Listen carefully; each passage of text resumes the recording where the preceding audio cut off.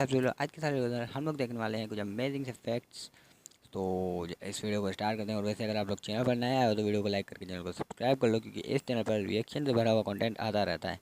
आपने हर गाड़ी में लेफ्ट और राइट इंडिकेटर्स देखे होंगे। जरा सोचिए, अगर किसी कार को यू टर्न लेना हो तो उसे ने इस प्रॉब्लम का सोल्यूशन पूरी दुनिया को दे दिया। वहाँ के कुछ कार्स में लेफ्ट और राइट इंडिकेटर के अलावा अब एक यू टर्न इंडिकेटर भी आना शुरू हो गया है। रोड सेफ्टी के हिसाब से ये फीचर काफी ज्यादा यूजफुल है। अब देखते हैं कि भाई ये टेक्नोलॉजी मेरे हिसाब से तो हाँ भाई आ जानी चाहिए यार। मतलब कि देखो ना, यू टर्न लेने में तकलीफ तो होती है हर किसी को भाई। ओके, आगे बढ़ते हैं भाई।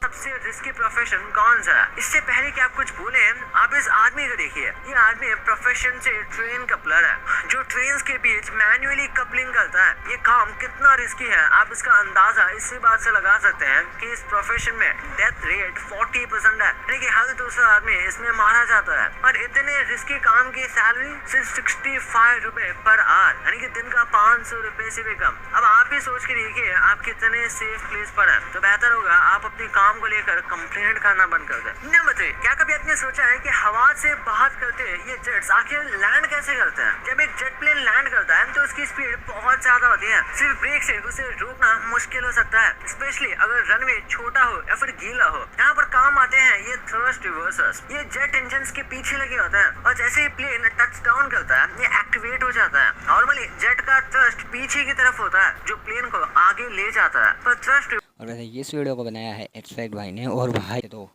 प्लेन हवा में उड़ रहा है, यही बहुत बड़ी बात है भाई। के पीछे कुछ ऐसे हिडन फैक्ट्स हैं जो आपको शॉक कर देंगे। ये सच जानने के बाद आपका इन शोज को देखने का नजरिया ही बदल सकता है। शिनचैन का शो जितना मजेदार लगता है उतना डीप भी है। क्या आपको पता है कि ओरिजिनल मांगा में मिस मात्सुजाका का एक बॉयफ्रेंड था जो ट्रैजिक एक्सीडेंट में मर जाता है। ये प्लॉट लाइन एनिमे में नहीं दिखाई गई, पर मांगा रीडर्स के लिए ये एक इमोशनल मोमेंट था। ऐसे ही परमन के मांगा में एक शॉकिंग रेवलेशन होता है जो एनिमे में कभी दिखाया ही नहीं गया। पाको एक्चुअली एक एलियन नहीं बल्कि एक इंसान होती है जो एक सीक्रेट मिशन भी होती है। इस ट्विस्ट ने मांगा रीडर्स को सरप्राइज कर दिया था, पर एनिमे ऑडियंस को पता ही नहीं। और वैसे तो हागेमारू की फैमिली की कंजूसी फेमस है, पर मांगा में ये और भी एक्सट्रीम लेवल तक दिखाई गई थी। एक वर्जन में हागेमारू के पेरेंट्स पैसे बचाने के लिए टूथपेस्ट को पानी में मिलाकर यूज करते थे। ये सीन्स इतने ओवर द टॉप थे कि एनिमे में सॉफ्ट वर्जन दिखाया गया। और वैसे ही लकी मैन का एक ट्विस्ट है जो मांगा रीडर्स को ही पता है।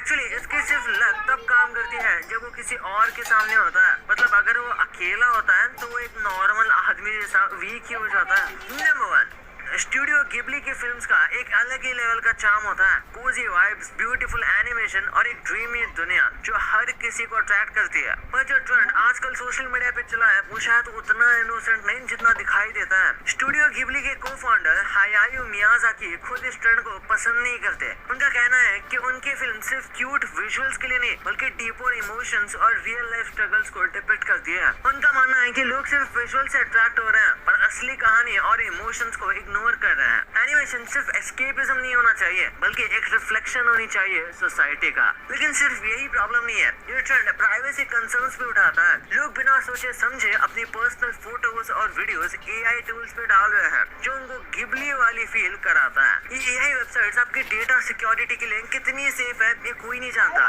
ये एआई साइट्स आपके फोटोज को स्टोर करती है और कई बार बिना परमिशन के उनका मिस यूज भी हो सकता है। इमेजिन करो आप एक फनी ट्रेंड के लिए अपनी फोटोज अपलोड करो और वो किसी रैंडम एआई डेटाबेस में सेव हो जाए और बाद में बिना आपकी परमिशन के किसी और पर्पस के लिए यूज हो। भाई ये